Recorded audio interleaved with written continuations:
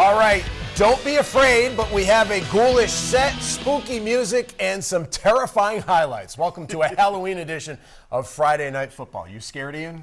Well, it's Halloween. Crazy things happen on Halloween. No doubt. We found that out with these games. Final week of the regular season, playoff implications on the line, starting out with our game of the week, Alvern at Merrimack. The Tribe Merrimack student section dressed up for the holiday. Ricky Bobby's in there, some jerseys. Both these teams needing wins to guarantee playoff positions. If Alvern loses, they're likely out of the postseason. On this Halloween night, some tricks from the Broncos. We heard they'd be running a spread offense. They go with a wing tee. That's a trick. They run the ball. Mike Landmesser with nothing but green grass in front of him. Alvern throws the first punch, 7-0. Next drive, Merrimack responds. Zach Rayte gets the F&F bump. We interview him before the game. He scores a touchdown. 2-point conversion, no good, so Merrimack still down 7-6. Later in the first quarter, Alvern going back to their spread offense. It's the same result. 1 if by Landmesser, 2 if by C. Another long touchdown for Landmesser. It'd be 28-6 Broncos at halftime. That big early lead is enough to hold off a strong Merrimack comeback. They outscore the Broncos 20-0 in the second half, but Alvern holds on to win 28-26. Now both teams will be biting their nails until Monday when the seedings are announced.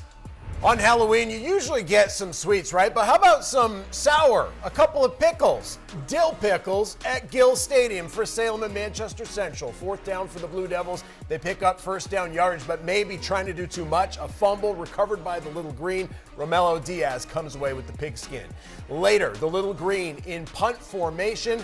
And the kick going to be blocked by Salem. Out of the end zone for a safety. Salem up 22-7 in the fourth quarter. So Central going to the air to try and make up the difference. The deep ball intercepted by Salem's Jordan Zanini, and he's up the sideline for a pick six. Salem using all three phases in this one to win 35-7.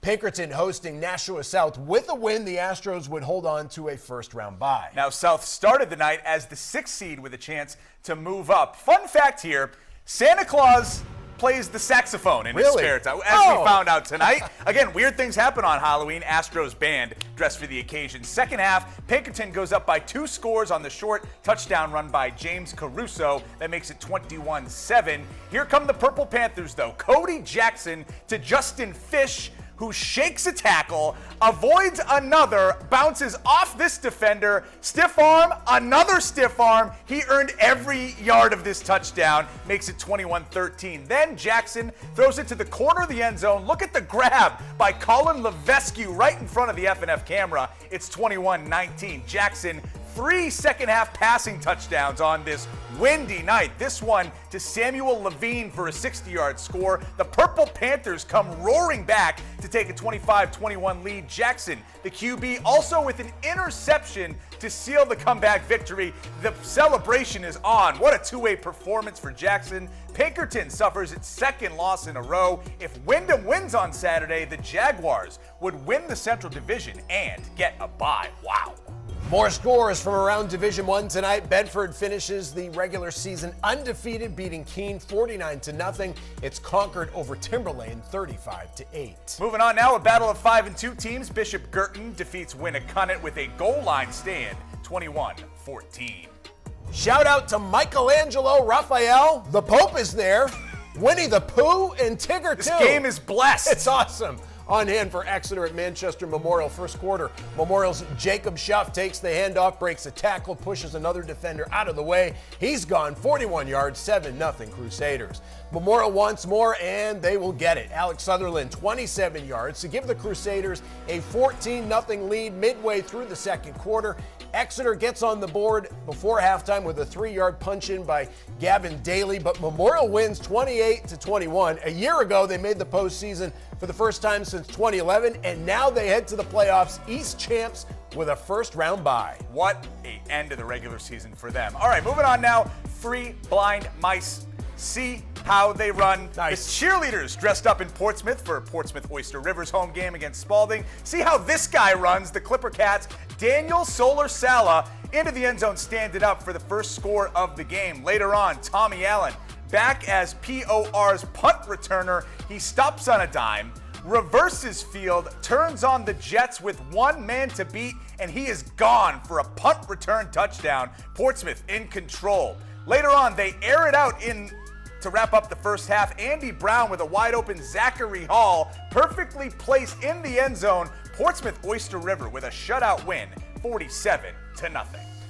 Division II scores. Trinity secures their first round bye, beating Bow 47-20. Ollie Service had 4 passing touchdowns, 2 to Davey Durapo and 2 to Connor Bishop. John Stark with the upset of Conval, 29-25. Manchester West beats Hanover 6-3. As we move along, Gio Daria scoring the go-ahead touchdown with 24 seconds left. Kingswood defeating Kennett 35-7. Pelham gets win number 7 against Milford, 33-6. Merrimack Valley and Pembroke both 0-8. The Pride ending the season with some pride, 53-20. Moving on to Division III now, Stevens is clinging to the final playoff spot there. While Somersworth faced a must-win to have a shot of sneaking in to the postseason here. Let's head to the home of the Hilltoppers. A nice message here. We love you to the end zone and back from the high school players. Somersworth is in the end zone and back. Carter Lambert running up the middle for the first score of the game. The Somersworth skeleton watching closely. The ensuing drive, the Cardinals rip a long run. Carter Bastian, 55-yard touchdown scamper. It's a 1-point ball game after a failed 2-point conversion, 7-6. The Hilltoppers keep running up that hill. Amani Muya takes the pitch into the end zone, extending his team's lead. Somersworth goes on to win this one, 28-6. 2 more scores from D3. Interlakes Molten Borough falls to Laconia 21-12, and in D4, Hillsborough Deering defeats Raymond 54-18. The Hellcats wrap up an undefeated regular season. A reminder, you can watch all of our Friday night football shows on our website, WMUR.com, and click on sports. You can watch on our mobile app.